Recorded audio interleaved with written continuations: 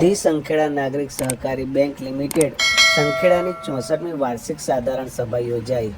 બેંકની ડિપોઝિટ 100 કરોડને પાર અને 1.39 કરોડ રૂપિયાનો ચોખ્ખો નફો થયો।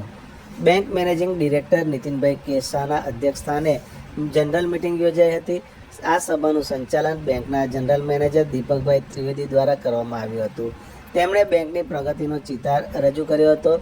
આ સાધારણ સભામાં નાણાકીય વર્ષ 2025-26ના અંતે બેંકના ચોખ્ખા નફાની ફાળવણી, આગામી વર્ષના અંદાજપત્ર તેમજ પેટા નિયમના સુધારા બાબતે વિસ્તૃત વિચાર વિમર્શ કરવામાં આવ્યો હતો।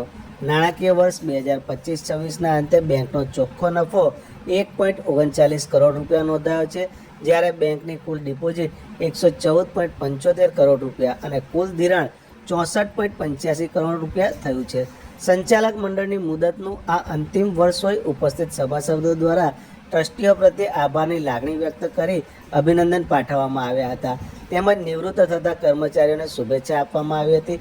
આ ઉપરાંત વર્ષ દરમિયાન બેંકના સંચાલક મંડળના સદસ્ય કનુભાઈ દરોનું નિધન થતાં સભામાં શ્રદ્ધાંજલિ અર્પણ કરવામાં આવી હતી। આ મીટિંગ બાદ જનરલ મેનેજર દીપકભાઈ ત્રિવેદીએ જણાવ્યું હતું કે